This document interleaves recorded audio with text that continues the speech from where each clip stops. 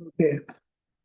So, good morning, and with your permission, let me welcome Tad and Sarah and all those who are connected to us.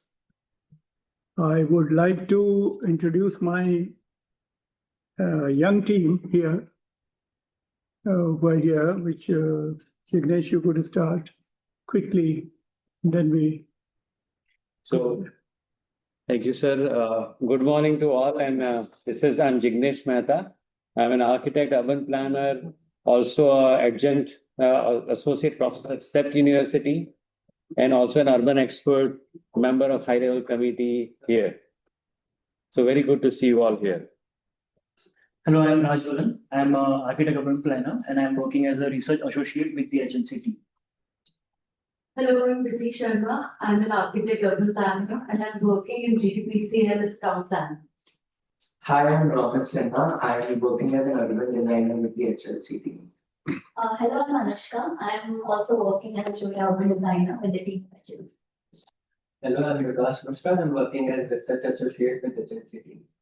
Hi, I'm Anushka. I'm also working as a research associate with the HLC. Hello, I'm Manisha Patel, working as a senior administrator at the HLC. Very good morning to all of you. Hello, I'm Sameer Kumar. I'm a senior research fellow here at HLC. Good, and we have Vijay, an advocate from the state government, who is present. So welcome, Vijay, and let me start. Let me convey my sincere welcome for Tad and Sarah to be present and to present this very interesting webinar on cleaning up and reusing brownfields.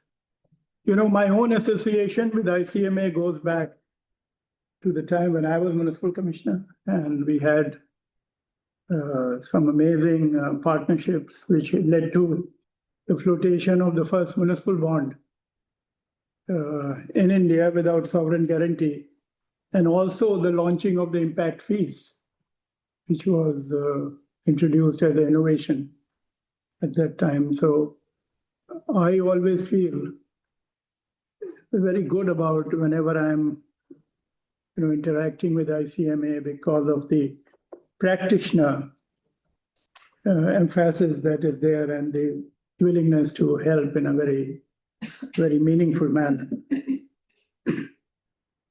You know, in our country, when we are talking about brownfield development, so we are actually talking about redevelopment, and I'm sure you all have experienced, Sarah has experienced that redevelopment of old mills areas, redevelopment of residential areas which have become rather old and derelict, redevelopment even of heritage areas with a lot of heritage core that the city has.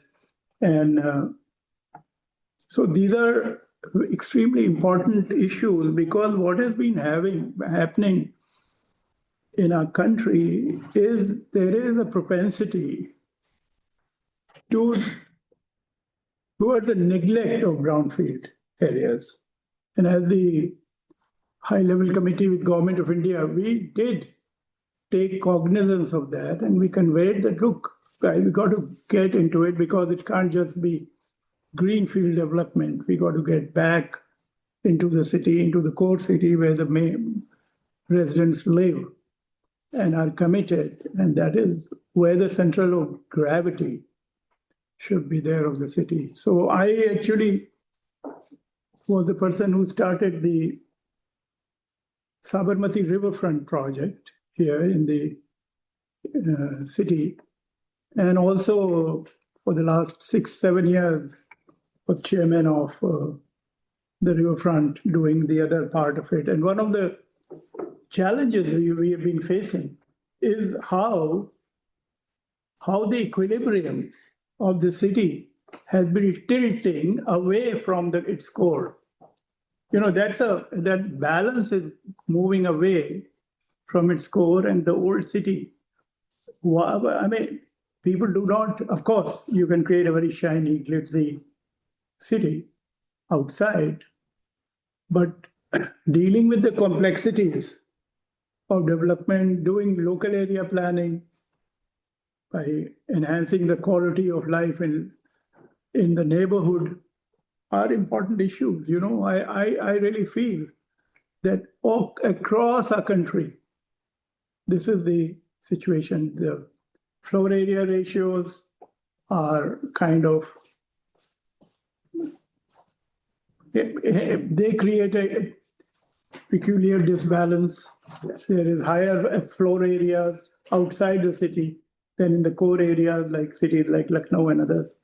So with your experience, we are looking forward to this. I would also like to convey one factor which did come out when I was looking at the profile. This is the factor of bringing in partners, you know, from the industry and businesses. We cannot continue, like city like Ahmedabad was actually, it evolved and grew under the patronship of some of the very well-known businesses of the country, as well as some of the great scientists and institution builders who created the National Institute of Design, created the Indian Institute of Management in Ahmedabad, and, you know, created CEPT. And, you know, so this city has, and is also has been where some of the top architects have been here. Le Corbusier was there, Khan was here, Mr. Doshi. So it's been a congregation of architects also in the city. And we need to actually celebrate that. So it's a city which needs to now take its core very seriously, because that is where we're going to have the Commonwealth Games in 2030. That is already taken. That decision has been taken. And we are aspiring for the Olympics in 2036. So this city needs to undergo a very significant dose of urban renewal and a very significant dose of urban renewal in a way that the quality of life really becomes something much better. Quality of life, pollution and all are significant issues in India. Pedestrianization is a significant issue in India. It's a very car-oriented economy, which we learned from US and living in Potomac in Maryland. So we do need to think this entire paradigm of redevelopment and renewal, urban renewal. And I think with your experience, so very welcome. And Jignesh, would you please take over from here? So thank you, sir, and thank you all. I think it's amazing. It's very good that we are having this webinar on cleaning up and reusing the brownfield and in the United States, because we also need to understand how are these things done. Specifically, as sir mentioned, because our cities also have this kind of older urban areas where we have industrial development, where we have some of the grey field areas. And a lot of times these areas, when we try redeveloping them, often it ends up in a lost opportunity because there are so many different kind of opportunities that these areas offer. Of course, we need to also do these things carefully from environmental perspective. We need to do these things carefully from mitigation of pollution perspective. So I'm very happy that we have our speakers, experts here today. And I believe we'll be starting with Sarah today. Or we are starting with Tad. Tad, yes. So I'll introduce Tad first. Mr. Tad McGalliard, he's from ICMA, and he's the Managing Director for Innovation and Research at International Cities County Management Association, ICMA. He has overseen ICMA's long-running efforts to support local government policies and practices that help create more sustainable communities. And since 2003, TAD has led ICMA's partnership with the US Environmental Protection Agency, which is EPA, for national brownfield training conferences, as well as many of other efforts to help local governments design and deploy innovative policies, programs, partnerships, and performances. Also, TED has worked with Cornell University's Center for Environment and the University of Tennessee's Energy, Environment and Resources Center prior to joining ICMA. So, Ted, very welcome to you. And also, simultaneously, I will also introduce Ms. Sarah You can do it later. Sieloff, When she comes on. which probably I will do it a little bit later when Sarah, we invite you to speak. So, Ted, over to you. Well, thank you very much. It's a great honor and really enjoy doing these kinds of conversations, because I do think that, hopefully that this presentation will stimulate some dialogue between all of us here on the webinar and maybe something afterwards. Who knows? I'll pull up my presentation in just a moment, but I've long felt that. Let me make sure this came up. All right, is everybody seeing the presentation? Yes, Yes. we can see. Okay. I've long felt that, brownfields redevelopment is one of those topics where people in different professions, planning, architect, engineer, environmental remediation, economic development, all of the stakeholders that are involved in redevelopment in many parts of the world would have a wonderful time at an international conference on brownfields redevelopment. The one that we have in the United States, which we'll talk about in just a little bit, is primarily, Americans coming together to talk about how to do redevelopment in the U.S. There are small numbers of international delegates that come to the event, but I think a real opportunity for the future is a true global conference on this topic, because every country has so much to share. Everybody's got different levels of success, and there's so much that we could learn and teach one another about how it's done in our own countries if we could find a way to bring everybody together. But we'll get to that maybe at some other future conversation. Right now, I just want to say thanks for having us here, and I'm going to kick off the conversation, provide a little bit of background, and then Sarah's going to come in. And Sarah's truly a redevelopment expert in the United States. She's someone I've come to admire. She was the executive director of an organization called the Center for Creative Land Recycling, which is one of the premier technical assistance organizations. She doesn't do that right now. She's a planner with the firm, and she'll introduce herself. But I'm very happy to share the virtual stage with Sarah as we go into this. So a little bit about what we're going to do. This kind of gives you an overview of the way our talk's going to lay out. I'm going to spend a little bit of time just reintroducing ICMA, talk a bit about how local government is structured in the United States and why that's important. You'll see throughout my talk, I'll keep coming back to brownfields are a local government issue and try to reinforce that point. Talk a little bit about the very long history of brownfields. I think we could probably spend hours talking about how this story has unfolded in the United States, and we simply won't have enough time for it. But it wasn't just the 1990s. The whole story of redevelopment probably stretches back decades before that, before we even had a term called brownfields.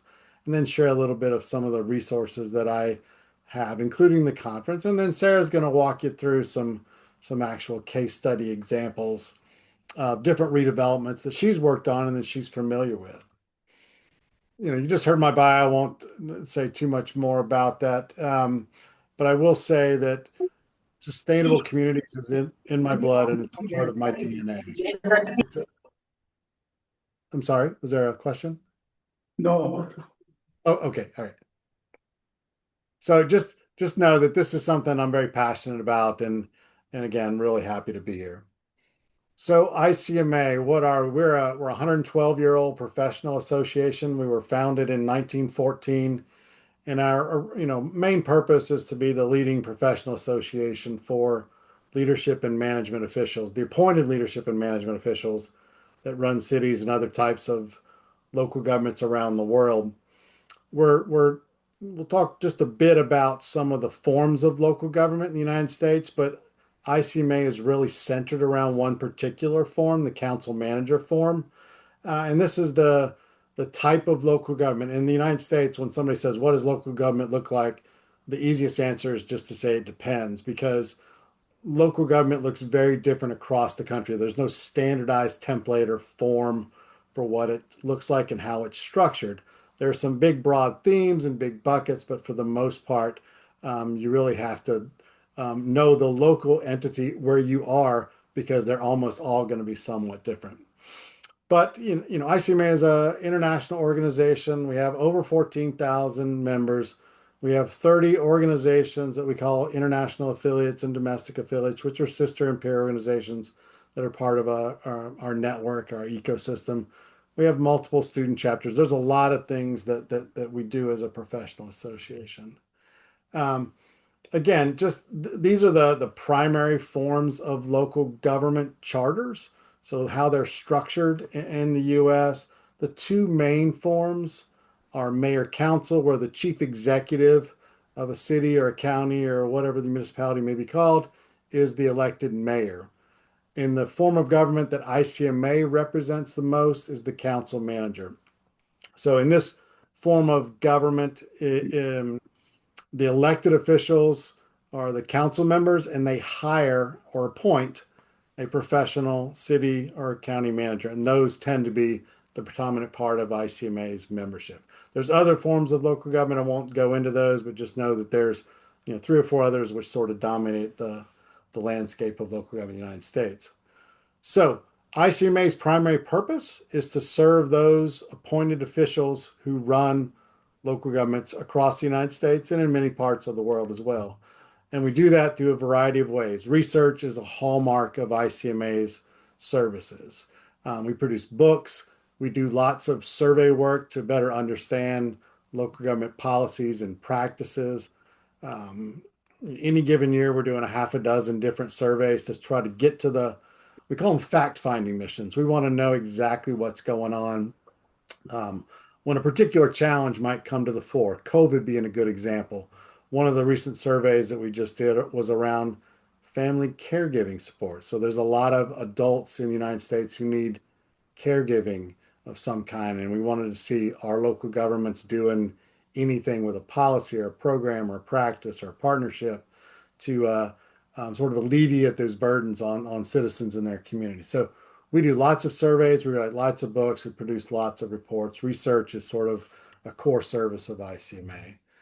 We do lots of convenings, lots of events, from very big events like our annual conference, which features anywhere from 4,000 to 5,000 attendees every year and 200 to 300 exhibitors, all the way down to one-on-one coaching between a seasoned local government professional and someone who is just entering the profession, or someone who is relatively new in the profession who may have a particular challenge or question in their community for which a seasoned person might be able to help them. Importantly, and this is going to take us even closer to the presentation, is that ICMA has been a technical assistance provider for many years. Almost, I'd say the last 90 to 95 years, ICMA has delivered some kind of technical assistance to communities in the US, and increasingly beginning in the 1970s around the world. We up until recently, ICMA was a implementing partner with USAID, and we worked on a variety of programs and projects in many places. I know we talked just a little bit. You heard a little bit about the conversation around the municipal bond project in India. We've had several other programs in India as well. We just with the closure of USAID, a number of the projects that we were working on shut down prematurely. One of them was working with the Central Tibetan Administration. We've had a recent project called Misal, which helped develop some training programs around solid waste. One of my, I think, a great program that started right as I began working in ICMA was in the aftermath of the very tragic tsunami, where ICMA paired up some folks from South Florida, which is very experienced in dealing with severe weather, particularly hurricanes, with colleagues in Cuddalore and one other city, Nagapattinam, I believe, was the other city. And they shared experiences about how to recover from serious disasters like what was impacting both communities in the aftermath of the tsunami. So again, in the United States, local government is broken down in a variety of ways. I looked at some statistics not too long ago when I was writing a white paper, and depending on who you ask, there's anywhere from 500 to 600,000 cities or city-like governments across the world. Most of them, quite honestly, are in India. I think India, more than any country, has more local governments by far than most other countries around the world. In the United States, there's quite a few local governments as well. There are almost 40,000, 38,750 general purpose units of local government, which are, again, those places that do the work that we would think of as city work: public works, planning, public safety, parks and recreation, those kinds of things. And they range in size, just like any other country. New York City, which is pictured on the left, that's Central Park, and Lower Manhattan is probably our biggest city, a little over 8 million people. The picture on the right is where I live. Apologies that it's a little pixelated. That's Annapolis, Maryland. Annapolis that's more of a typical sized American city of 35 to 40,000 folks. In the United States, there's also something called special districts. These are another form of local government, which we're not going to spend much time talking about. There's even more of them in the United States, and they're mainly focused on very special tasks: fire management, water and sewer, soil conservation. Schools and education are the largest number of special districts out there. Airports sometimes are run as special district authorities. And again, we've talked a little bit about the common roles of local government. And some of those that you'll see on the slide are the kinds of things that most cities of a certain size would have as a responsibility. Some of the bigger ones will have much larger portfolios of responsibilities. Some of those that are smaller, just because of the nature of their size, would not have all that. But these are, when you look at what it is that local governments are doing in the US, these are the kinds of things that you would commonly see in their workflows from the day to day. Now, why have I shared all that? Because you could talk about brownfield redevelopment from almost any perspective, but I'm going to come at it from the perspective right here that brownfield cleanup and redevelopment is very much a local government leadership, management, and service delivery here in the US, just as is in many other places. So estimates vary, but there are clearly hundreds of thousands of potential brownfield sites in the United States, ranging from very small gasoline or petrol stations all the way up to some pictures I'll show you in a little bit, massive former factories that have remained empty and in need of redevelopment for decades. And whether they focus on it or not, it's very likely that in most local governments or in proximity to a local government in some fashion, there's going to be a brownfield site nearby. There's just so many of them. There's so many small businesses which may close that even though, again, they may not think about that gas station down the street, which has gone out of business as a brownfield. And in fact, that is what we define as a brownfield in the United States. There's underground storage tanks. There's gasoline, which is leaked into the soil. There's all kinds of other contaminants which may exist there. So cities have brownfield redevelopment responsibilities. Many of them take it seriously. Some of them may not, but it's very much a local government issue. So what is a brownfield? I mean, we all probably have our same definition. There's a very formal definition of a brownfield that the US EPA has formulated. and it's generally accepted by most stakeholders in the United States. But to put it very simply, as you all know, a brownfield is a property that may be difficult to redevelop or reuse because there is some potential for contamination either in the land or the building in which that property may house.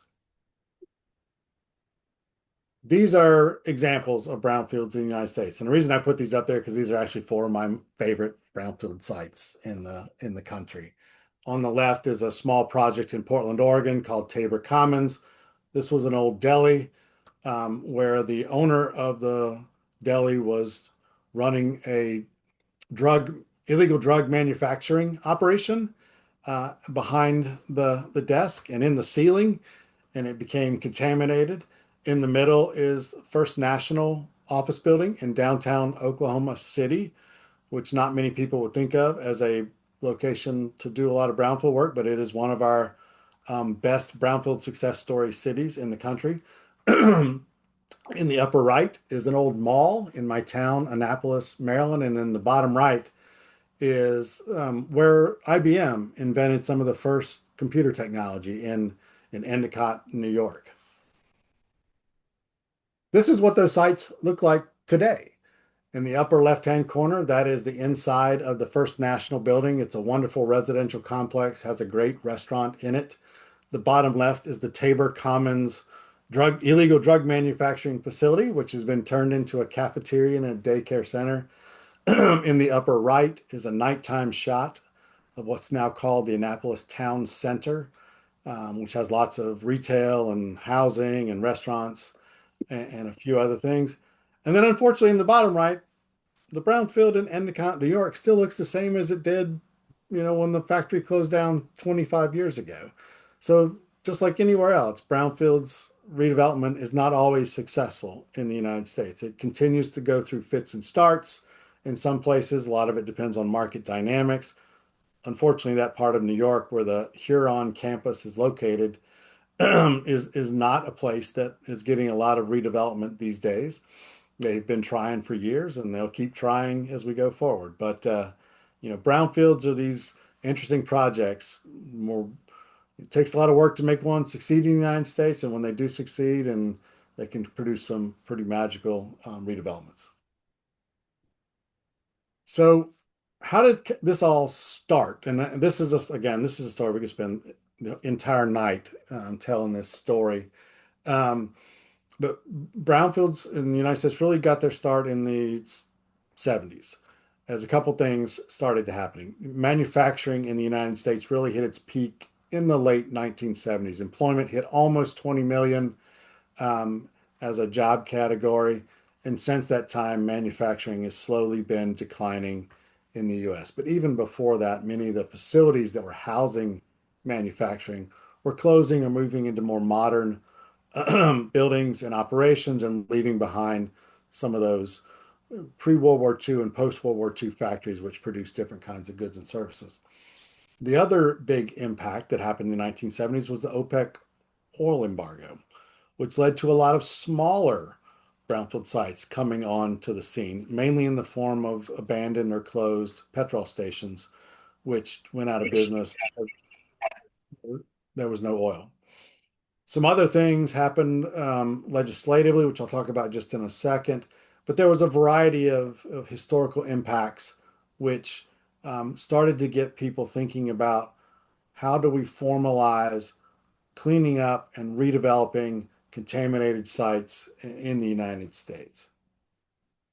Before we get further into that story, just know that this was also the time that most of the environmental legislation that would lay the groundwork for how clean air, clean water, clean land, redevelopment, species protection, environmental investigations, all of that work has its founding in this series and a few others, which you could keep making the case that law is never really done. That's the nature of legislation, is that legislators want to keep creating new laws or reinventing the old ones that are already on the books. But the foundations of environmental law, including that which would lead to federal brownfields cleanup regulations, is based in this very intense period of about 25 years between 1965 or excuse me, 35 years between 1965 and the early 2000s to, again, create what is thought of as the core environmental legislation in the United States. So who are the stakeholders? Again, I won't spend too much time here. You can see the list. Brownfields really involves almost every sort of public, private, and nonprofit type entity you could imagine in the United States. When you go to the National Brownfields Conference, you're going to run into anybody and everybody from a whole different slew of occupations: engineers, attorneys, bankers, nonprofit organizations, academics. These are the folks that have come together to sort of build this new industry in the United States that we call the brownfield sector. But I'll say it again, brownfields are at their core a local government responsibility.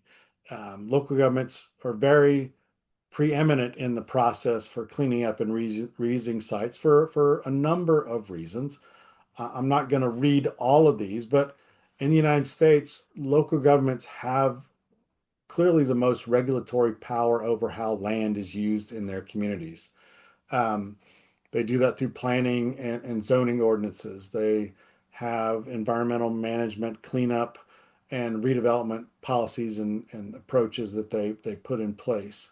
Many cities have economic development departments, corporations, other partners like chambers of commerce who try to attract new business and new opportunity to their communities.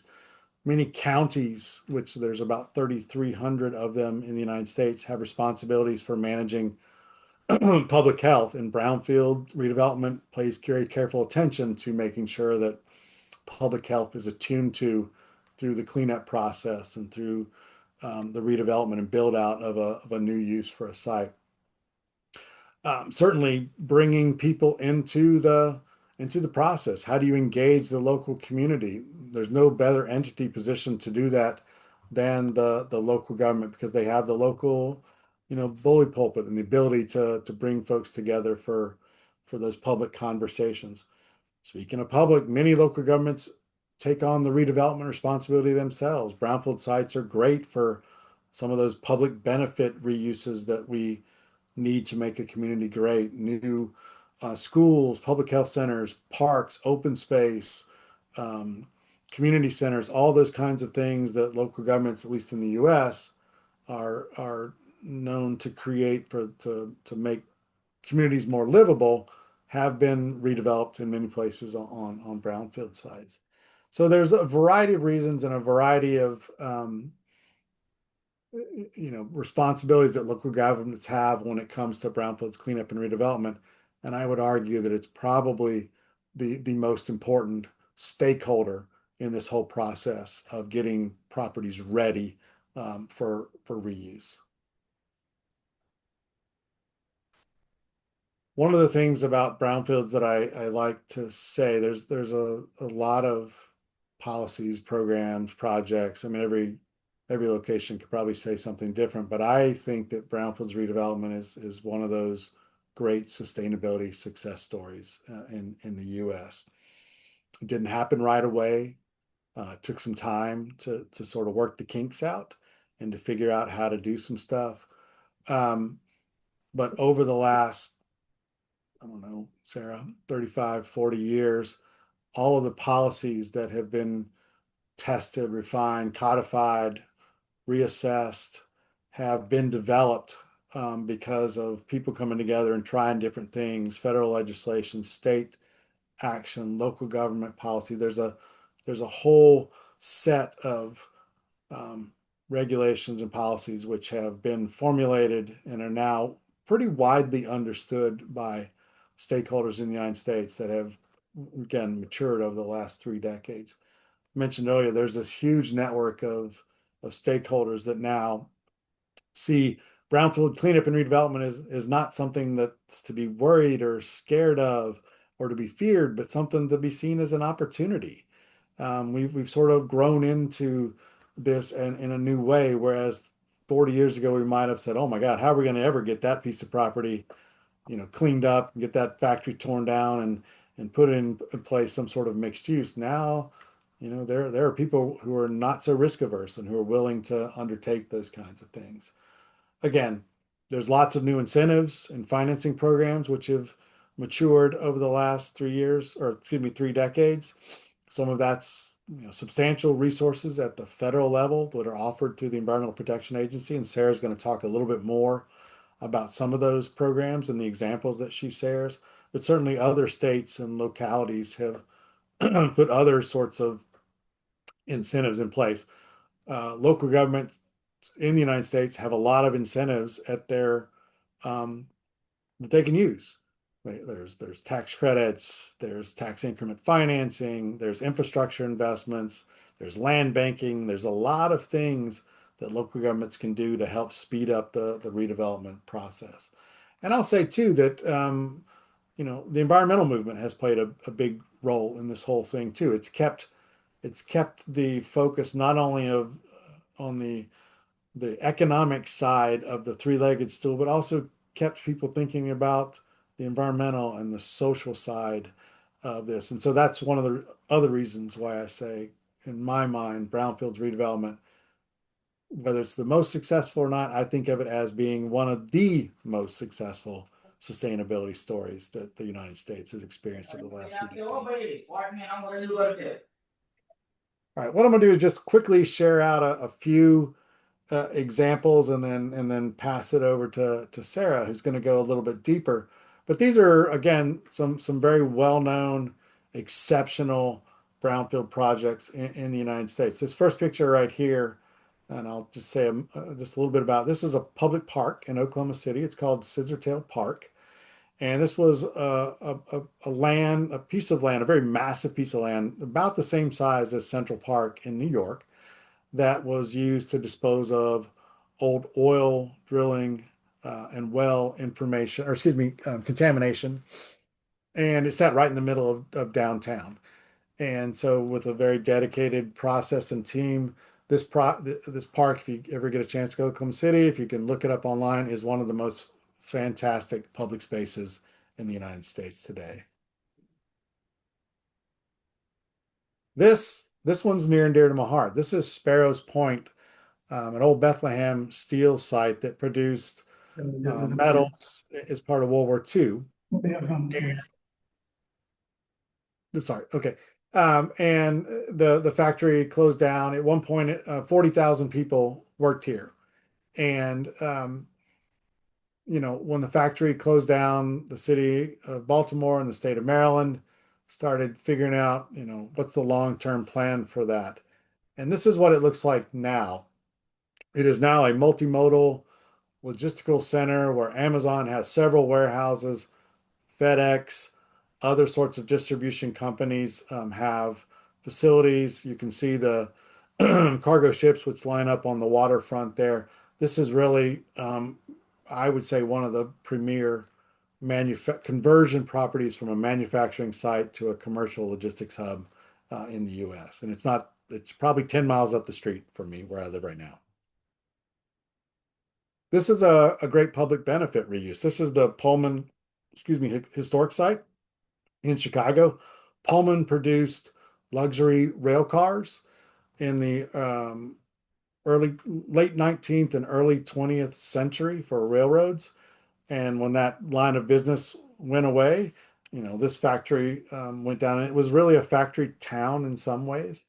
And it's been converted into a historic site and a national museum now, where thousands of people each year, when they visit Chicago, go to learn about railroads in the United States. This is another great project. This is Michigan Central Station in Detroit, doing a side-by-side. This was an old train station in Detroit, and now it's going to become one of the headquarters of Ford Motor Company, right, again, in downtown Detroit. So there's lots of great projects. We could dive into one, we could dive into many.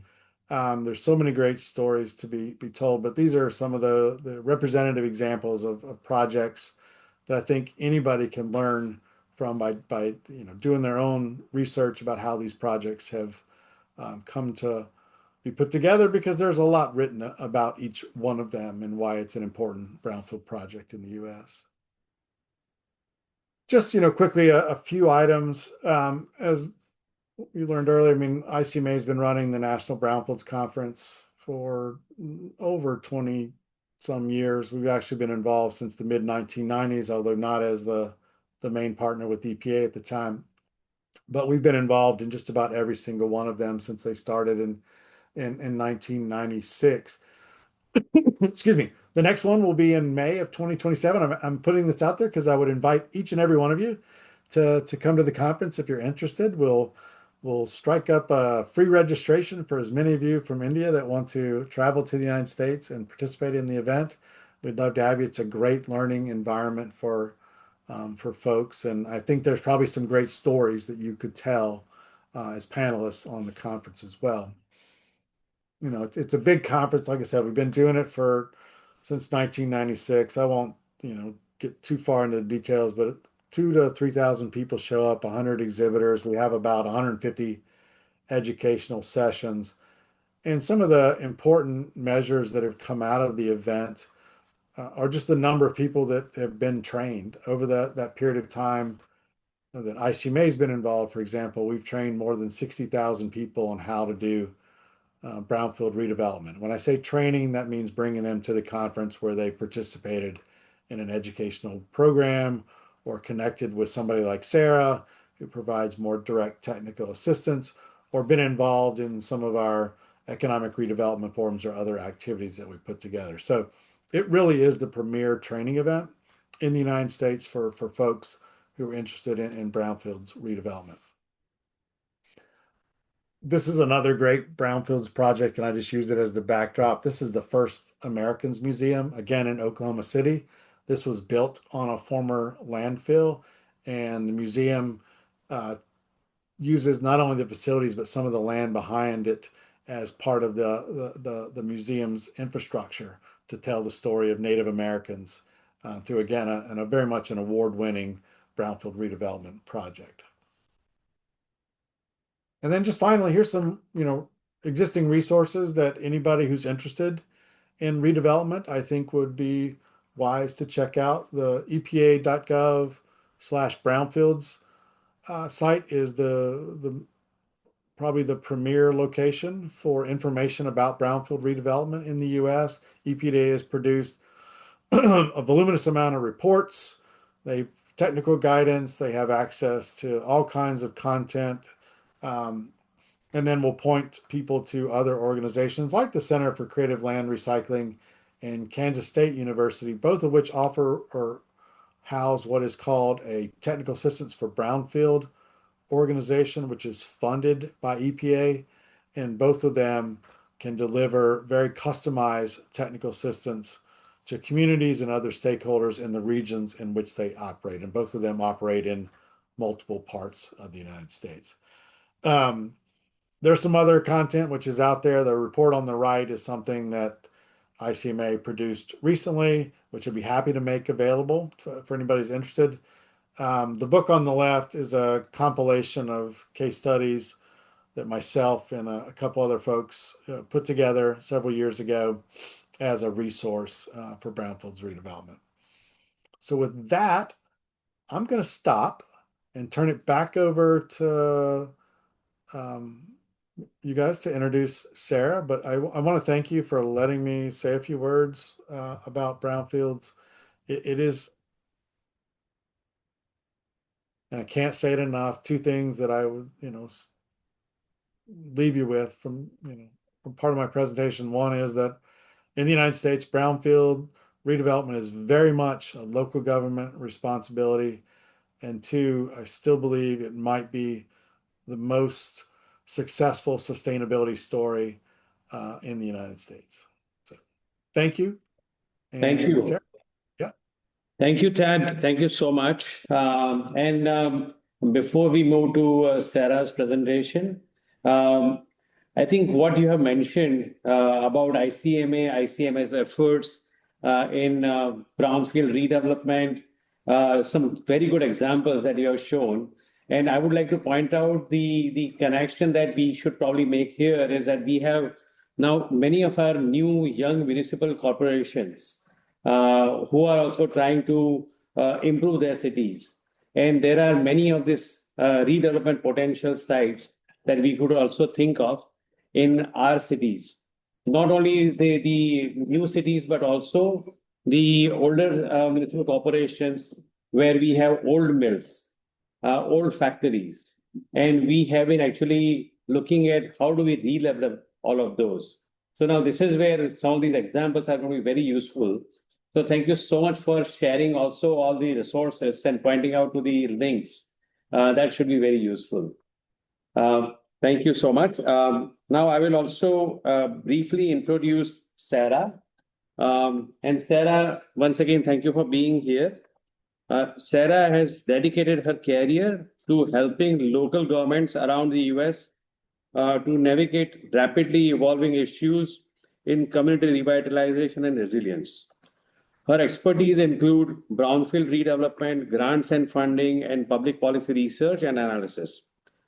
Prior to entering consulting, Sarah served as 2020 Council on Foreign Relations Hitachi Fellow in Japan and spent 5 years as the Executive Director of Nonprofit Center for Creative Land Recycling. Sarah also has spent nearly 4 years in federal services, including 2 as Memphis, Tennessee team lead for White House Council on Strong Cities and Strong Communities. And in 2009, she lived in Mumbai and worked with Zekitas Healthcare to expand its dial 1298 for ambulance, a social enterprise. Sarah maintains an active interest in international comparative urban planning and publishes regularly on planning topics for a variety of international and national outlets. She co-authored a Substack newsletter at the sapienproject.substack.com. So, Sarah, once again, thank you so much for being here, spending this bit of time here. Over to you for your presentation. I'll just, for a second, let me welcome Mr. Harpal Dave, who's the additional Chief Town Planner for the state of Gujarat. Thank you, sir. Thank you for making. Thank you, sir. Sir, I was here and listening very attentively to the entire session till now. I joined virtually. Now I'm here physically. Thank you. Great. Great. Sarah, over to you. Thank you so much. Excellent. Thank you so much. It's such a pleasure to be with everyone and a great honor to be able to participate in this presentation. So I'm going to go ahead and share my screen. And I just want to make sure everyone, you can see my presentation, correct? Yes, we can see. Okay. Excellent. All right.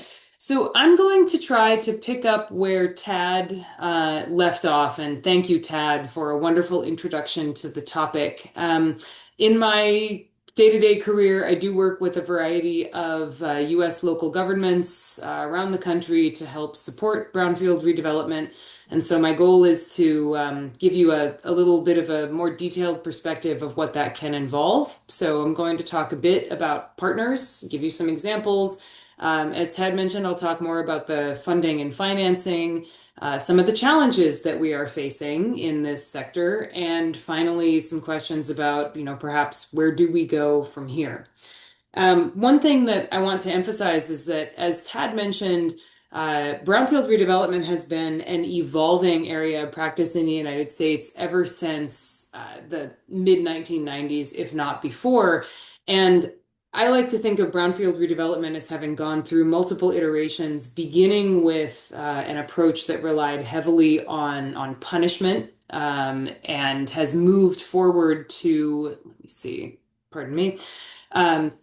to a point where we're really focused on incentives and letting the market drive brownfield redevelopment. So I like this image of the horse and carriage for that reason. We don't have, the threat of regulatory action really driving brownfield redevelopment anymore.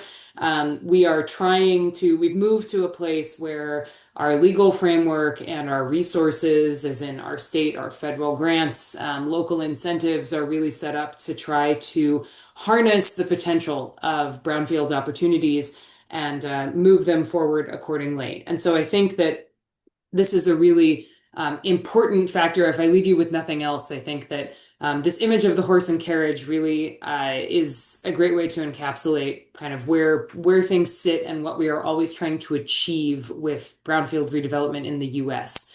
But of course, how do we get there? It's a journey for every site. And as Tad mentioned, if you've seen one brownfield, you've seen one brownfield. Every single project has a different story.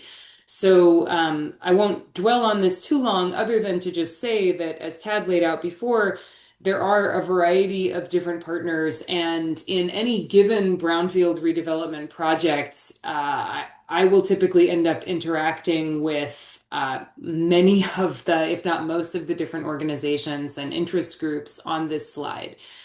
So for example, a major source of funding, which I'll touch on in just a moment, is the U.S. Environmental Protection Agency. So it's a federal source of funding. State agencies can also provide some funding, and sometimes those might be environmentally focused agencies. I've given a couple of examples here. I live in Washington State. I do a lot of work in the Pacific Northwest. So I might interact with the Washington State Department of Ecology, but if I go one state to the south, to Oregon, I might also be looking for funding from the State Economic Development Agency called Business Oregon. So it's really going to vary depending on where you're at. But I think this idea that the state and the federal government are not only they're regulators, yes, but they're also funders, and that role is really central to providing local governments with the materials they need to be able to get these projects moving. I would also offer that, initially, often when a brownfield project comes to the fore at the local level, it is often the case that there's not necessarily private interests in the site, but there could be. And so these projects really represent a great deal of opportunity. And often it can be the neighborhood groups, the civic organizations, local nonprofits, economic development groups, as well as local electeds who may be driving these conversations. And then at a later time, once there has been federal and state funding used to help assess these sites, to help articulate and define, what are the environmental concerns, what needs to be done to address them, what is that going to cost, that's when we would then see the private sector come in. Not always, but often that's the way that I have seen this work. And I'll give you a couple of examples later.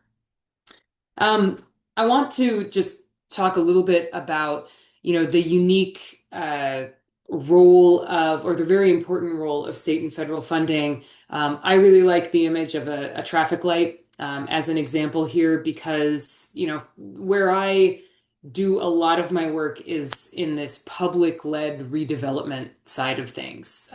So often, when a site is extremely complicated, extremely contaminated, the costs to remediate it are going to far exceed the value of the site. And those sites can absolutely be brought back to life, as it were. It's a longer process. It's incredibly complicated, but it does happen. Some of the sites that Tad showed you earlier, some of those big mega projects, it's a great example. Often what I see that are really, that pose the greatest challenge, but also the greatest opportunity for local governments are these sites where, the costs don't radically exceed the value of the site, but they exceed it by enough to deter private investment. And it's very clear that without some kind of publicly led effort, that these sites are going to sit for quite a while. And so frequently, when I work with local governments to redevelop brownfields, they're really zoomed in on this middle category of site where a little bit of investment, a targeted investment, and some strategic action on the part of local government can really move the project forward. And often, as they seek to really balance this equation between costs and value, they're thinking about reducing uncertainty so as to be able to attract private investment, basically to move sites from the yellow category into the green category, if you will. And the role of state and federal funding is just really central to that effort. As Tad mentioned, local governments perform a variety of duties in the United States, but most of them do not have the funding needed to carry forward all of those duties, especially something like economic development, where there might be a substantial public investment required before local government sees any returns. So again, we'll get to this in a moment in greater detail. I did want to, just because this is going to come into how I speak about funding later, just wanted to lay out very broadly the way that the Brownfields redevelopment process typically unfolds in the United States. And this is a slide that I use often with US local governments to describe how the process is not linear. I don't want to give that impression, but we frequently do start by simply identifying what is out there. Many times it is not a surprise to local electeds or local officials. What sites are the real priorities? They're well known. They are not secrets. Many people might be very interested in them locally. Residents, right, might want to know what is happening with that site, what could happen. But other times there could be many smaller sites. As Tad mentions, the oil embargo of the 1970s resulted in the closure of a number of gas stations. I could point toward dry cleaning facilities as another example of small businesses that often they're not as big, they're not as flashy as a former steel mill or a former gigantic office building. And so frequently we will work with local governments to perform inventories that can help identify these sites and simply put them on a map so we know what we're dealing with and we can prioritize accordingly. Environmental assessment, characterization of contamination takes place in two phases in the US. The first is, we call it a phase 1 environmental site assessment. It really is a historical desk review. Phase 2 involves testing, so actually collecting soil and water samples, sending them to a laboratory to better characterize the nature and extent of contamination at a site. We can use that data to develop a cleanup plan and execute a cleanup. And after that, of course, we move into redevelopment. And the entire idea here is that throughout this process, we're engaging the community and planning for site reuse. So please bear all this in mind as we move forward. Here's an example of what an inventory could look like. This is a screenshot. This is a screenshot from an actual inventory done for a city called Tumwater, Washington. I should have put in a picture of the United States here, but if you picture the United States, easy enough, Washington State is in the upper left-hand corner. So here we are. This blue star is where Tumwater is. And so you can see, although I haven't shown you the legend, this is a GIS inventory, and there are multiple layers that are able to be displayed. So for example, the yellow boundary here is what the city has identified as its brownfields priority area. So for a variety of reasons, based on past existing plans, they've chosen to look within these bounds. This little red area down here represents a specific plan that the city developed for that area. The green up here, same kind of thing. I believe that this is a former historic brewery, which I'll show you in just a moment. And these little triangles represent different sites of significance that are suspected to be contaminated or known to be contaminated, and therefore they are brownfields. Here they are on the inventory. And this is really a starting point that the city uses for its own planning efforts. It uses it to help prioritize what federal or state funding is it going to seek and for what. And it can form a really beneficial kind of it forms a beneficial basis for public conversation about these issues. To tell you a little bit more about Tumwater, this is actually a project that is not complete yet. So Tumwater, to give you an example, was the first settlement on Puget Sound, major body of water in Western Washington. And this brewery was built in the early 1900s. So you can see here on the left, black and white photo that I believe dates from more or less around that time, maybe 1910. And here's the brewery off to the left side of the left-hand photo. And here is the brewery on the right today. And I wish that I had some accessible photos to show you what the inside of this building looks like. It is an absolute wreck, as one might expect. The brewery operated until 2003, and then it went out of business. And when it went out of business, 300 jobs were lost, and a 300-acre or 121-hectare site was left to sit vacant. And this was formerly economically, physically, the beating heart of Tumwater. And so Tumwater has now secured both state and federal grants to begin the planning process to identify a community-driven plan for reuse and redevelopment of this former brewery site. Really big. It's going to take a while. But they're off to a good start, and they have begun doing some environmental assessments, and it's going to take multiple years, but I have no doubt that if we were to check back in say a decade, that they will have made some significant progress. So let's take a look then at funding and financing. Because you've already heard me mention this multiple times. Without getting into an extreme level of detail, I just want to highlight that the federal government in the US is really the biggest source of funding for both brownfields assessment and also for cleanup. And broadly speaking, it provides grants that come in those two types. Many states will also follow suit, not all. The brilliant thing about federalism, as you well know, is that there are lots and lots of ways to do things, as many ways as you have states, and at least. And so when local governments begin to seek funding to be able to advance their brownfields redevelopment projects, the federal government or their state governments are really the first places that they're going to look.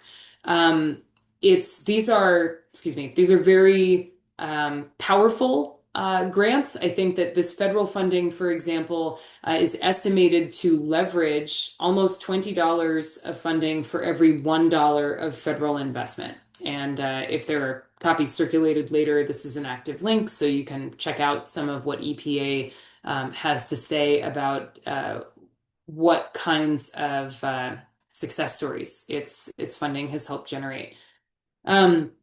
I do want to highlight that a very interesting thing about our funding structure, however, is that while the state and some state governments and the federal government will support assessment and cleanup, they don't support redevelopment. And so this is where the federal and state funding typically stops. Redevelopment, as in building foundations, putting in infrastructure, actually building buildings, is typically supported by a variety of other incentives and also by private investment. So going back to that image I showed you of the horse and carriage, this is where the horse and the carriage really begin to come together and get moving, is in the redevelopment phase. But these federal or state grants to support assessment and cleanup are really critical because, especially with brownfields, where the costs of cleanup exceed the value of the land, these initial public investments are catalytic. They're really necessary to correct that balance, to balance the equation, you could say. And they make redevelopment and especially investment by the private sector possible. So it all really works together in a not always smooth and sometimes what? I guess it's a process that can take several years, but it is a process, and I think it's a well-worn one. And as Tad mentioned, it's been in development for a while, and this is where we find ourselves now. And communities all over the country are using this same process, this same set of resources on a variety of different sites to achieve results like the kind that Tad showed earlier.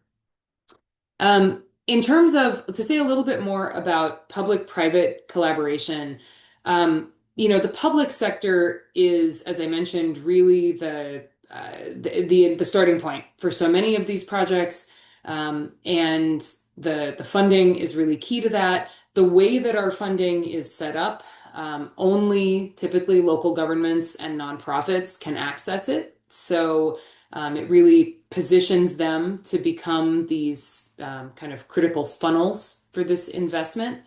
But that's not to say that the private sector never has a role early in a project. As we mentioned earlier, if you've seen one brownfield, you've seen one brownfield, and there are many where local government will enter, will assess, will clean up a site, and will ready it for private investment after cleanup is complete. There are other examples where some savvy private investors, private developers will enter that process much earlier. And so one example that I'll show you in just a moment comes from Missoula, Montana. This was a project that my colleague helped work on. And in this case, Missoula, which was a center for timber production, lots of sawmills, had, as it turned out, when those sawmills started to go bust, had a lot of large plots of empty, underutilized land, contaminated land on its hands. So it had many brownfields. And a private developer approached the city, understanding some of the dynamics that I've spoken about earlier, and made an offer to the city and said, I'm really interested in this particular sawmill on one of your rivers, but as a developer, he didn't want to sink the money into environmental assessment up front, knowing that if the site was highly contaminated, he might well choose to walk away, and that would be a significant loss. So rather than bear that cost himself, the developer's deal with the city was, hey, city, why don't you apply for an EPA Brownfields assessment grant, use it to assess this site, and then we'll know how contaminated it is and what it's going to take to clean this thing up. And if I like what I see, then I'll buy it. And I'll give you, the city, a piece of this land to turn into a public park, and I will propose to redevelop it into a mixed-use neighborhood with housing and commercial and retail space, and all the things that you, the city, aspire to provide to your residents. And so that's exactly what happened. It's a really great story of how a developer who was willing to be patient, because as I think you can all appreciate, securing and deploying these funds is not necessarily a fast process. It can take several years. But this developer saw some real benefits from that approach as a result. One other thing that I just do want to highlight as well is that I've talked a lot about local governments, but it's important to realize that nonprofits can also be, or NGOs can be catalysts of these projects. They can also act as developers. Sometimes they do both at the same time. I have a client in Fresno, California, in the Central Valley, with a great example of this. They are a nonprofit that focuses on food distribution, and they partnered with the city to use federal funding to assess a former meatpacking warehouse, which they subsequently redeveloped into what they call a food hub, which is a location from which they will gather food that would otherwise, that's perfectly edible, but would otherwise go to a landfill. And they'll gather it at this place and redistribute it to food banks and soup kitchens around the city. They also host cooking classes. They have nonprofit and community meeting space at this location. They connect people with public health services. It's really a fantastic example. These links are live. You can see a wonderful video about the project. And in a shameless bit of self-promotion, I put a link to an article that I wrote last summer for ICMA's magazine about this project. So nonprofits, public sector, private sector, there's a seat at the table for everyone. And I think when partnership is really at the core of these projects in a really authentic way, some really great things can happen. So without further ado, here are some images of the old sawmill district in Missoula. There's an image here of the master plan, and what I think is really unique here is just remember this all used to be one large sawmill development. There's now residential, commercial. There's also a baseball stadium here on the right for the local baseball team, semi-pro baseball team. They're called the Missoula Paddleheads. And you can see in the middle here an image of some of the housing and commercial development that has gone in. And this has been a wonderful addition to the city of Missoula. And it all started with catalytic federal investment. So where does that leave us? We could obviously talk about these issues for hours, but I want to talk about some of the major challenges that we're facing because, of course, no project of this magnitude or projects of this magnitude do not come without lots and lots of challenges. At the macro level, Tad and I are speaking with you at a very interesting moment because probably 2 weeks ago, people around the country just finished submitting grant requests to the U.S. Environmental Protection Agency for the last round of historically large brownfields grants, assessment, cleanup, the whole thing. And those grants were made possible by a COVID-related economic development recovery package, which effectively nearly tripled the amount of funding available to support brownfield redevelopment at the federal level for about 5 years. So it was quite a time. Finally, so many communities that needed funding were able to access it. It was really incredible to see. And of course, that is going away after this year. So you can see that our funding is about to drop back to congressionally appropriated levels, meaning that all that very nice bonus funding that was part of our COVID relief package through this particular law, the Infrastructure Investment and Jobs Act, it's all going away. And now brownfields funding will continue. I'm confident US EPA will absolutely continue to have a brownfields program. They will continue to make brownfields grants. One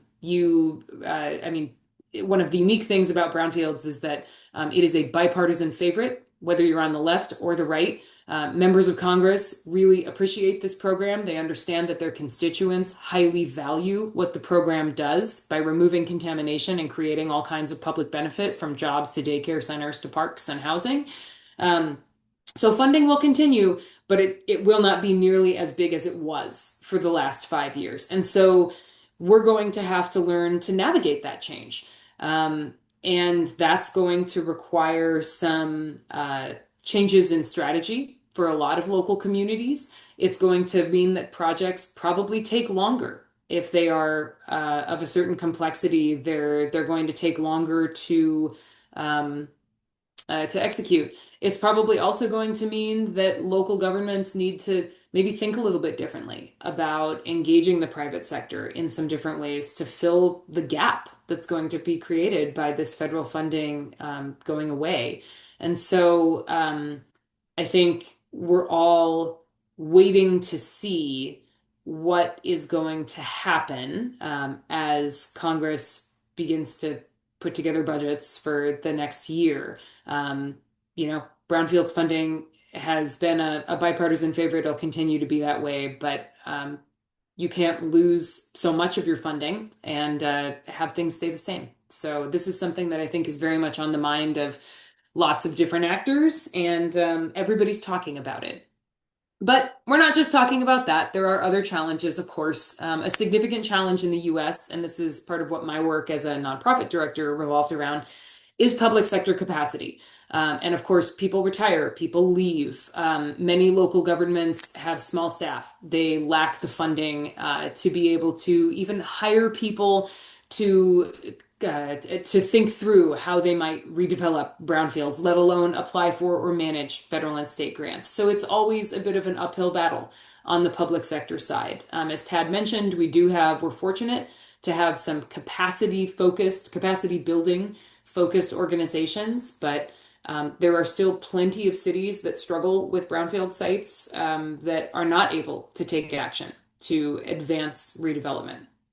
So, always a challenge. And state and local funding, the federal government has been the major source of funding for us. Not every state has a program. Those that do, I think state programs represent a really significant resource for many communities, but states struggle to fund those programs as well. And states, unlike the federal government, cannot they must balance the books. And so that means that there's pressure on lots of different points in the state budget, including for brownfield redevelopment.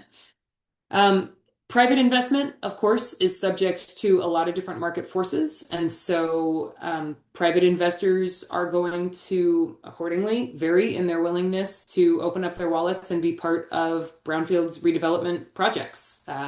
And that's something that we see vary across economic cycles. I will say one bright spot actually is that, as Tad described, in the time that the United States has been implementing a brownfields redevelopment regime, if you will, that I think the private sector has really grown in terms of its capacity and sophistication. And so, whereas you do see a capacity deficit on the public sector side, I don't see that nearly as much on the private sector side. So we do have at this point some savvy private investors. The question is just, are the deals attractive enough? Can the partnerships work to bring them to the table?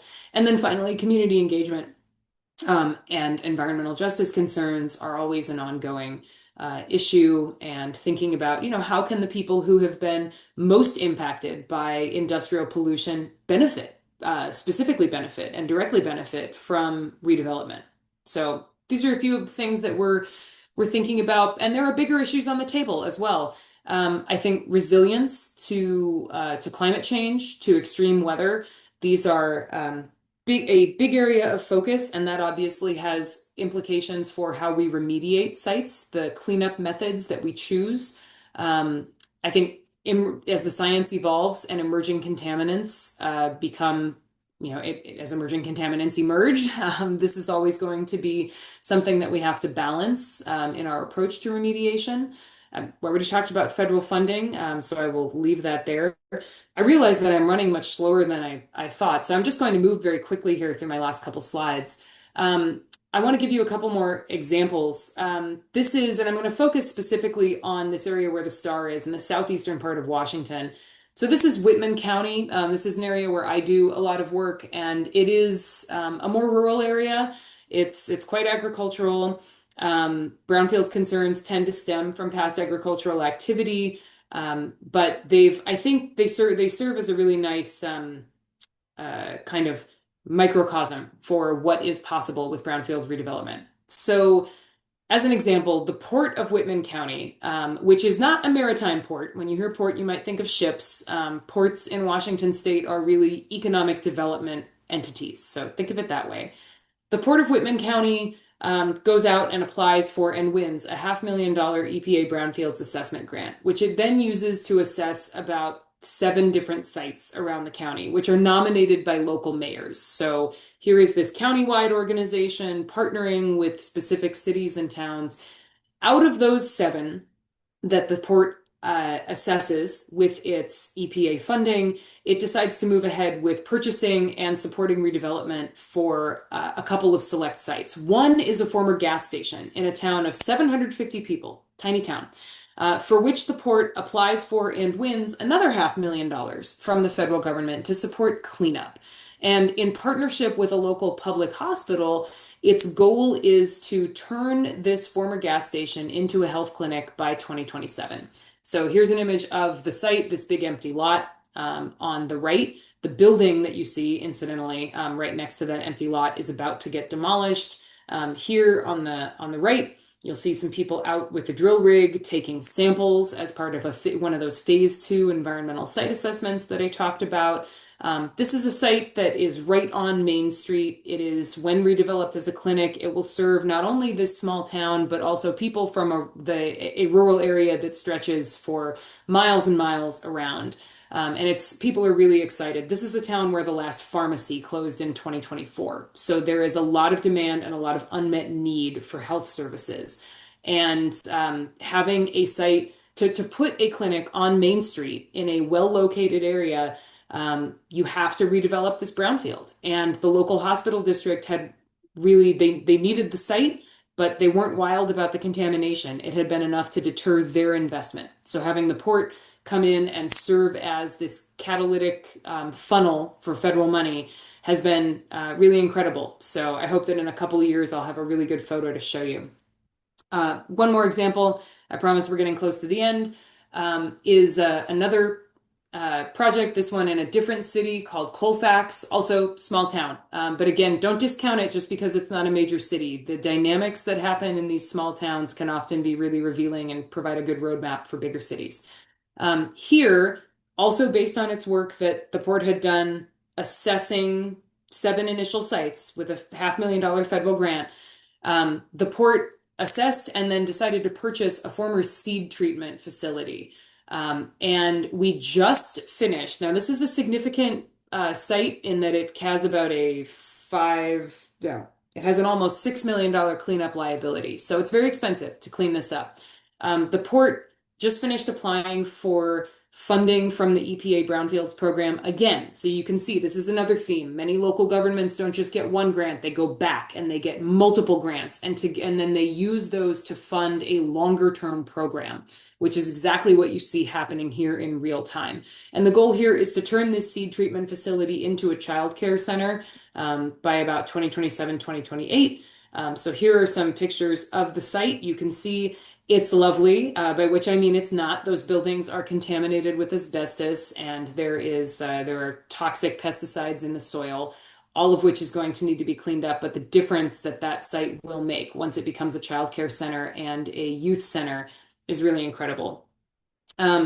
Finally, if you're interested, there's an article that I wrote for ICMA, linked here, that talks about how yet another town, 1,000 people, same county, redeveloped a former gas station into a brewery and veterinary clinic. And one of the key things that they did and that I think can be really valuable lesson for local governments is that they weren't in a hurry. It was the definition of patient capital. They worked with federal and state grants to redevelop this site, to assess and clean up this site. And then they purchased it and then took their own time figuring out what redevelopment needed to look like. They ended up selling the property to a local group of 4 business owners who were known and trusted in the community, who then developed the brewery and the veterinary clinic. And as you can see on the left, on a nice sunny day, everybody is out by the river having a beer. And it's really been a wonderful addition to their downtown. They're very proud of it. So big cities, small cities, I think for local governments around the country, you see brownfield redevelopment really making a difference in people's lives and in local economies. And it's very exciting to be part of that. This quote here comes from actually the former mayor of the city of Palouse, that last example that I showed you. And of course, I would be more than happy to talk with anyone, answer any questions, and just apologize for going a couple of minutes over, but very much appreciate the opportunity to be part of this presentation. So thank you again. Ted and Kara, thank you very much. Really amazing presentations and so relevant to what we need to be doing here in our state in particular. We have evidently a lot of sites that need redevelopment and strategies for redevelopment. The interesting part is that ICMA has the knowledge and the experience which is so relevant to us. We don't have to go discovering new ideas and new ways of doing it, but we know that we can always go to you and find out. And I always get so impressed by the technology of this video conferencing, that you're almost sitting with us and we are sharing with each other. So one thing I'm going to tell Tad, because Tad wants a global conference on the subject of brownfield redevelopment. So we should do it.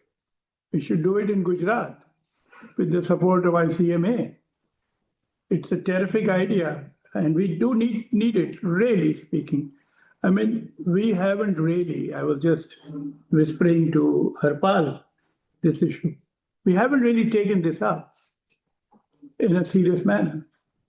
I wish I could have shown you something that we did for the Sabarmati riverfront, where a completely dirty river was converted into such a interesting public space. But what I want to convey is that I don't want to get into other issues. I think this experience exists. The issue that it's not just an economic, pursuit of redevelopment. It has to be kind of also environment and social. We haven't really been talking environment and social in a significant manner, and the logic with which private sector. So, and the issue is, of course, we do understand the challenges of your diminishing returns from federal government into environment and other issues. But I hope this will change in the future. But we should really push this idea, and I am also keen. This green development has to be pushed. And I don't know whether you have SOPs for brownfield, which in collaboration with you, we should try and develop, where we can pass it around to several municipal councils. We have over 8,000, as Ted has said, we've got over 8,000 cities in India. We have manufacturing cities on the coasts. We have manufacturing center inside. And we have a lot of chemical and petrochemical and other things which are being pursued. We have a lot of mining that needs to be redressed, and those sites need to be restored. So these are huge. We haven't really applied ourselves in the true sense to these issues. And I want to sit with my colleagues in developing and suggesting to federal government a program. They have come out with a very, very dynamic and interesting challenge fund recently. And that could be included. These ideas could be of redevelopment, could be included. India is going through a very intense pace of urbanization and development. And in that, to infuse ideas of environment and social responsibility is extremely important. So let me stop here. I just want to make sure that this is the beginning of a set of webinars, which I want to request Ted and all of you to consider, because I know the timing is very odd, but Tad can always have a cognac or something at this time and kind of keep himself awake. Sarah, you are in the West Coast, so you are different. You can do with a beer or something. But Tad is into this timing where he needs the cognac and go to sleep. But I'm more seriously speaking, I want to continue with this.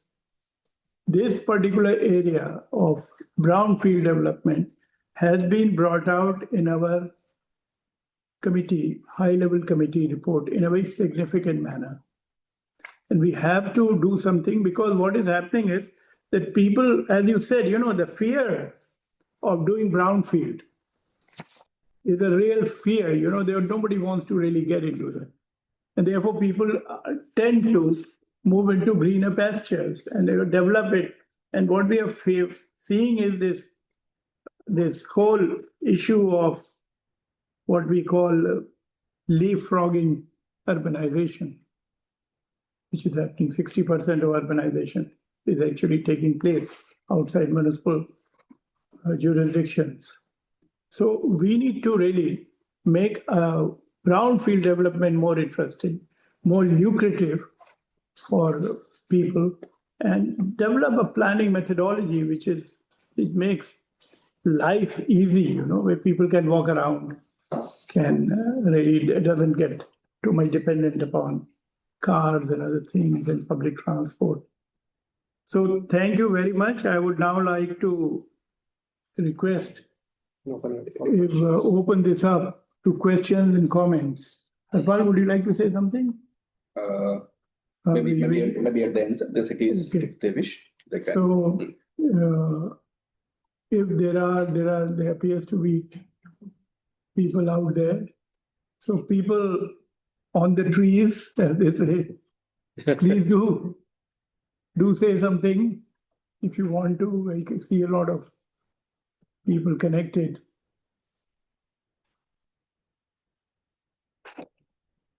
If I could I want to just follow up on a point you made just a moment ago, Keshav. And neither Sarah nor I really discussed it, but when the Brownfields program was started at EPA in the mid 1990s, the executive director of the Brownfields office at the time, a lady, Miss Linda Garzinski, recognized that the most important part about Brownfields redevelopment to get started was building that network of people who could come together and think about it, share ideas, bring perspectives. And so she actually, as the program was creating all the regulatory structures and the funding programs and pilot projects, she also created a conference for that purpose, to run parallel alongside all of this new industry developing throughout the 1990s. And I think it really helped to advance the program more quickly than it would have otherwise. It might have kept it alive in those early days, quite honestly, because it kept a lot of people interested in thinking about this very complicated and new way of doing real estate. Because like you were describing, the leapfrogging redevelopment, that was very much an American phenomenon as well throughout much of the 1950s, 60s, and 70s. Most of the new development was happening outside of city centers. And then some of those environmental laws that we showcased made it even harder for development to go back into inner cities. So that conference really provided a place for new ideas to be discussed by all kinds of stakeholders that really had just a little piece of the information puzzle at their disposal. By bringing them together, you started to create the entire tapestry of the puzzle. Great, Ted. Again, from what you just said, that in terms of development trajectory seems to be getting repeated here. After it was happening in 50s and 60s, almost 85 years. But that is an interesting thing that we see, that it has happened somewhere earlier. I was listening to the Japanese, similar kind of a situation. So may I request, because this is such a relevant issue, and I just spoke to Harpal also, we should develop a concept paper on this. Drawing upon your experience, we should develop a concept paper and really take it to the federal government and to the state government for their consideration. This is critical, and especially for Gujarat, because there's not much thinking has happened on it. So if you can assign some kind of, you can point out some things that need to be studied. Is there already a concept paper? I did see the book which you were referring to. We can take a look at that book and draw from there. But it has to be done under your guidance, how to develop it. I can assign some of our young professionals who have been doing some good work to work on this issue. But we do need something. We have a private sector which would be interested in engaging on this issue. we have what is known CREDAI का full form क्या होता है? Confederation of Real Estate Developers. So we have the Confederation of Real Estate Developers in Ahmedabad and in Surat, and we have the high-speed railways, which is going to be starting in 2027, which is triggering another, kind of real estate development. I think we need to learn quickly and take it forward in a significant manner. So Ted and Sarah, your reactions to it, and then we open it up there. We got a lot of people connected just now. I mean, I think it would be a wonderful experience, and it would be a very much a two-way learning environment as well. I think, the maturation of the brownfield sector in the United States that we've discussed. I mean, it's ongoing. I talked with a friend of mine at EPA who says the Environmental Protection Agency is kind of at the end of what it can do legislatively, but there's all kinds of new challenges which are always materializing. One of the great outcomes, or not great, but the concerning outcomes of COVID is the emptying out of office buildings in city centers around the United States. Those may be the next generation of brownfield sites in the US that need redeveloping. Former malls, like that picture that I showed you in Annapolis, these big clusters of retail centers where there might be 100 stores are going away for a variety of reasons in many places. And so those are now having to be converted into new kinds of uses. There's some really interesting things happening with physical fitness, health and wellness, living environments, as well as some continued shopping, converting those places into new kinds of uses. So there's always going to be new challenges, but I do think that international comparative conferences and exchanges and dialogue would be very beneficial, not only for people from India and the United States, but other parts of the world as well. I think, Sarah, you were saying something? Yeah. I was just going to say, I mean, in addition to just echoing what Tad said, I think that particularly given India's federal structure, that to Tad's point about this being a two-way street, what could be very interesting is to take a deeper look at how some American states have structured their brownfields programs, how that compares to the US federal program, and therefore what kinds of implications that might have for a place like Gujarat under India's federal system. So, but I do think that this level of not only comparative international exchange, but the subnational exchange I think you're absolutely on the right track, and that sounds very, very exciting. One issue which we might need to add is, in addition to economics, environment, and social, is urbanization and health. Health is becoming a huge issue in our cities.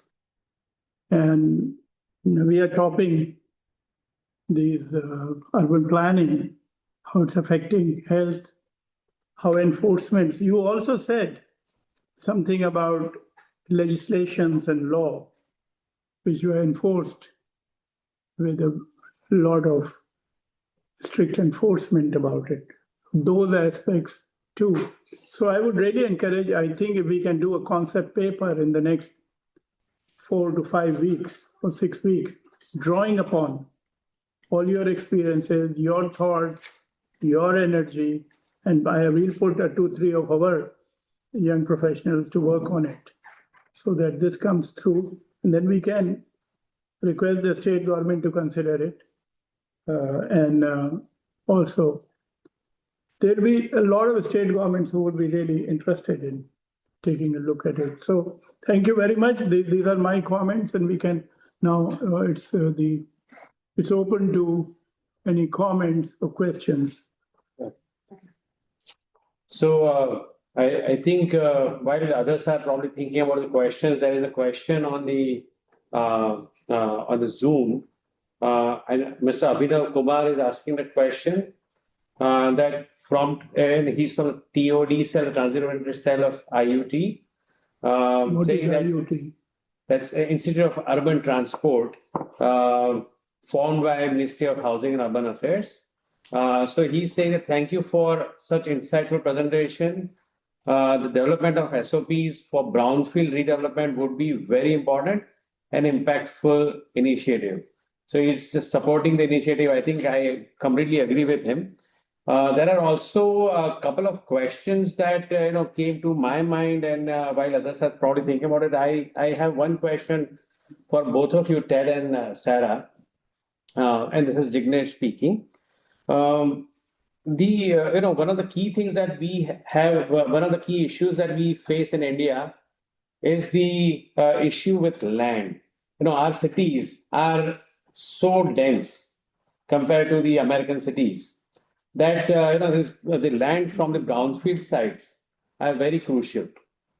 And I would wonder if there were some examples that you may think of where brownfield redevelopment would have happened specifically for the large brownfield sites, where any of the land would be assigned for the public infrastructure, probably such as improving the street network, such as provision for civic amenities and infrastructure.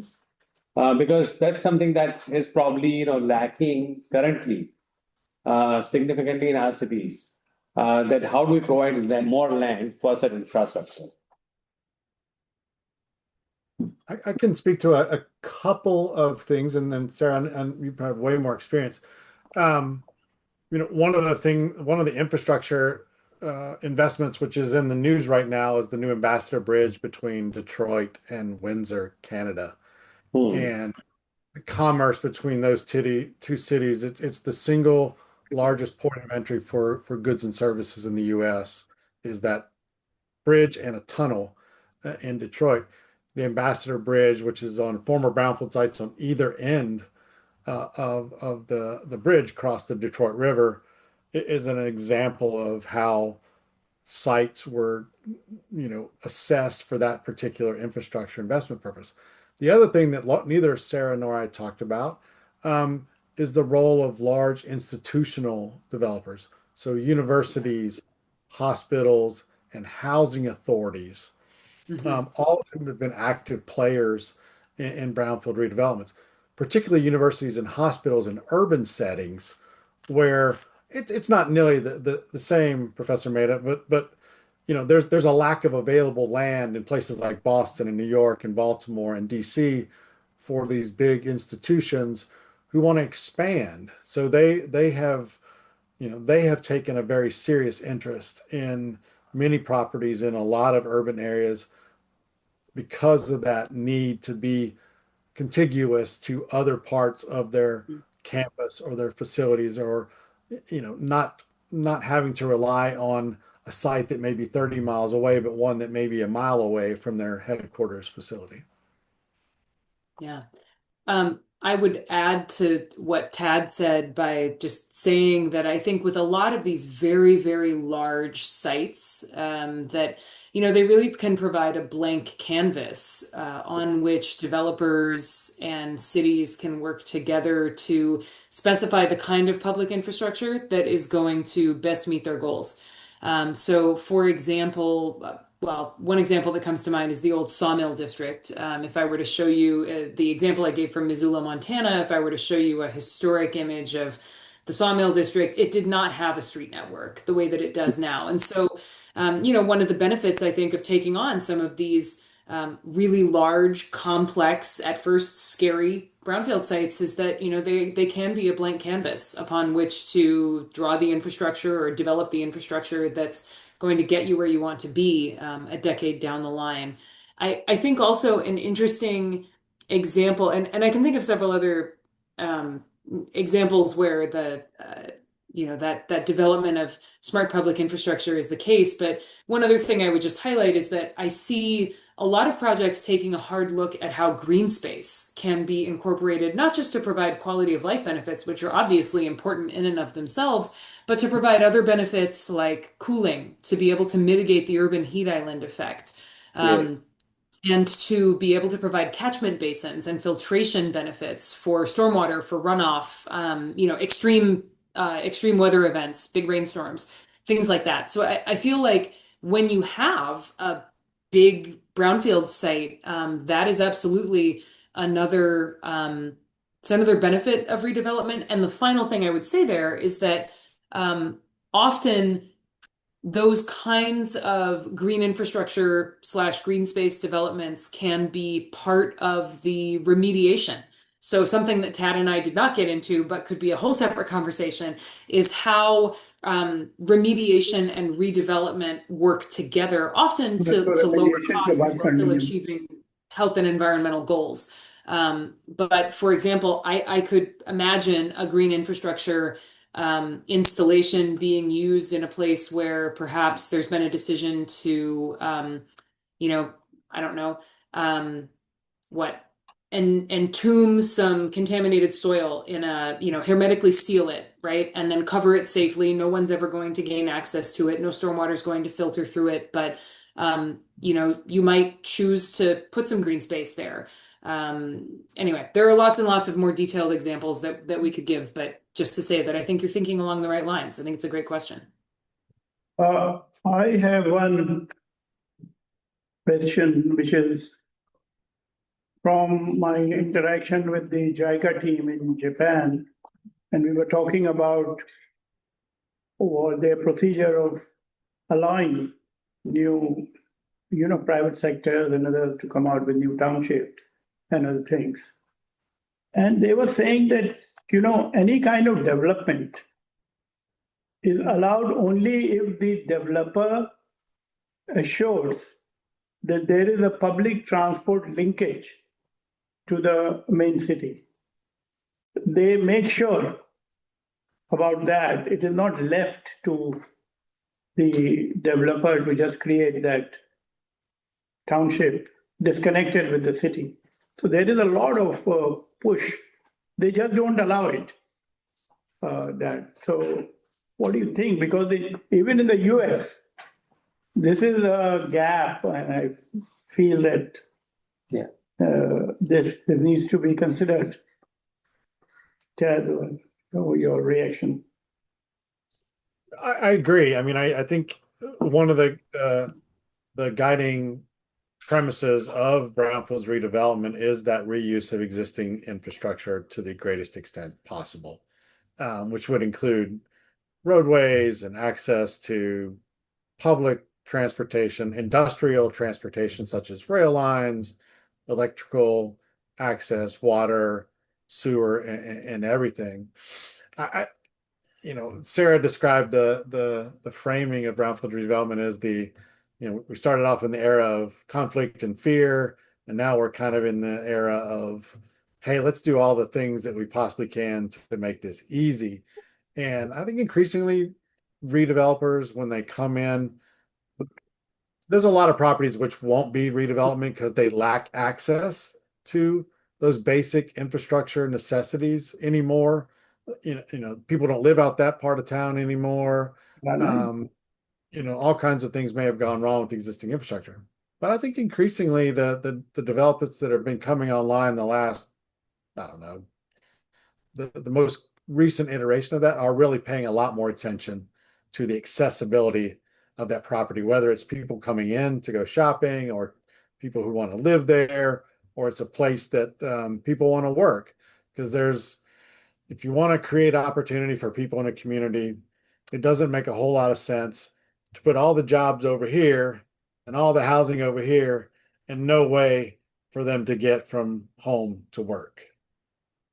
Thanks, Ted. So, sir, I think one of the things that Mr. Keshav Verma mentioned, and I think I would also support that based on what Tad and Sarah, what you're saying, is that if there is a set of it's a concept paper / some kind of indication towards some guidelines, if we can prepare that, where guidelines for how do we move forward with the redevelopment of brownfield areas in situations in the cities like our cities, Indian cities. So I think if you permit, because this is going to, like, Tad may soon be seeing the sunrise in where he is in Annapolis. So I think if there are not any other question or anything, then I would actually invite Harpal. Mr. Harpal Dave, who is the additional Chief Town Planner of the state, to give his closing remarks. Thank you, sir. I think a very interesting conversation from the introductory speech that the chairman made regarding the need for thinking of redevelopment in a very comprehensive way, especially for the city of Ahmedabad and the cities in Gujarat. And the kind of high impact events that we are planning here. The Commonwealth is now in the near future in 2030. And I think sir highlighted that very well, why we should approach this in a very comprehensive way. The presentations made by Ted and Sarah were really interesting. For the first time, Ted, I came to know about how ICMA is working and the details that you presented. I think now I have a much better informed, thinking about the role of ICMA. And thank you very much for that detailed understanding. He was not believing me, you know. Could you told him? And also the variety of small and large redevelopment projects that you mentioned in your presentation. The policy, the need for having a comprehensive policy funding. So very interesting. We have taken detailed notes of that presentation. I shared some of them with the chairman also before a while, just a minute ago. Sarah's presentation also, I must say, very interesting. And it was we were quite impressed, Sarah, when Mr. Jignesh Mehta was reading out your profile, your bio. And we are happy to know that you have also been to Mumbai. And you know what kind of densities we are talking about in India. It's a 1.4 billion population country. We are a country with one of the highest population growth globally. So we have rapidly expanding demography. We have rapidly expanding economy. The economy of the country is growing at a pace of more than 7-8% since about 20 to 23 years now, including the subprime crisis time, including the COVID. Our economy has continuously expanded. So with that kind of expanding economy, with that kind of expanding population, we need more floor space for habitation and for businesses, for jobs. Now that floor space can be supplied in two ways. One is through greenfield expansion, which is happening very rapidly and across all the cities, most of the cities in the country. Second, which is comparatively difficult, if I may say so, with some caution. The second way is by going for brownfield redevelopment, which we were discussing today. And redevelopment requires more comprehensive approach as compared to greenfield. In greenfield, there are very less number of stakeholders involved. It's comparatively easier to develop new infrastructure. And but brownfield, there are many stakeholders involved. It has its own associated issues. So it has its strengths, which can be leveraged well. But it also requires a different approach. And I think we spoke on many of them today. The role of the federal government, the role of the provincial government, the role of the local body, how bringing in private sector can help. How can we make it more attractive for the private sector to come? It should make financial sense for the real estate developers to come and take up such projects. If it doesn't make financial sense, we may not be encouraging, we'll not be able to encourage the private sector to come. So it should be attractive. The policies and the regulatory framework by the state and the national government should support this kind of redevelopment. In Gujarat, under the, we have been doing something called the TDR, Transferable Development Rights. And in Ahmedabad, it has worked reasonably well. There is a separate study which is being done under the high-level committee, under the guidance of Mr. Verma. And another expert, Dr. Sejal Patel, has worked very well on this redevelopment model and how TDR, when utilized right, how it can trigger redevelopment. So that is something which we can include in our concept paper when we write it, as the chairman suggested. We also have something called the Transit-Oriented Development TOD. So along the metro, we have a higher floor space index, which is provided. And as an incentive for densification, the higher FSI is acting as an incentive for densification. Private developers are attracted. But how to make it more easy for them to come and redevelop? These are the things, and there are finer aspects to that we need to sit down and think. So I think it makes a very good sense to write a concept paper. We have people like Mr. Jagdish Mehta who understands redevelopment very well. He has worked on this for many years. So we have the benefit of the right academicians, the right practitioners. We have the high-level committee, and very happy to today listen from Sarah and Ted. So I would completely agree to the chairman's direction that we must think of a concept paper. And sir, with your permission, we may also again, I reiterate what you said, a good event regarding this brownfield redevelopment in the state of Gujarat. With the permission of the senior officials in the government, we may think of such an event. It makes a lot of including remediation. 100%, sir, 100%. Because remediation, many a times, sir, the existing sources of nuisance, urban nuisance, like the pollution, the toxicity, which Sarah spoke about, it may be chemical, it may be air pollution. So how do you improve the air quality index? There may be some power plants, some smoke emitting industrial units within the city. So how do you remove them without harming the economy of those activities happening, but remove them in areas where there be lesser source of a nuisance? So those things need to be thought about, sir. And I think we can certainly take this ahead in the coming times. So thank you so much. Thank you, Arpal. Thank you. So I'll just once again thank everyone who have been here patiently listening. Hope this session was useful for everyone. And thanks the team here for organizing and setting this whole thing up. So Tad and Sarah, thank you so much for staying till late and enlightening us with some of the work that you are doing. Looking forward to continue to work with you. Yeah, thank you so much. Yeah, and we will send you an official communication from the high-level committee making a request to ICMA, Pat, and Sarah to collaborate and partner and guide us on developing this concept paper and the strategy paper for the future, both for redevelopment and remediation. Thank you very much. Very exciting. We look forward to keeping the conversation and the partnership going. Yeah, it's been an honor. Thank you so much. Thank you. Thank you. Thank you very much, guys. Thank you. Good evening. Thank you. Have a good evening. Thank you. Thank you.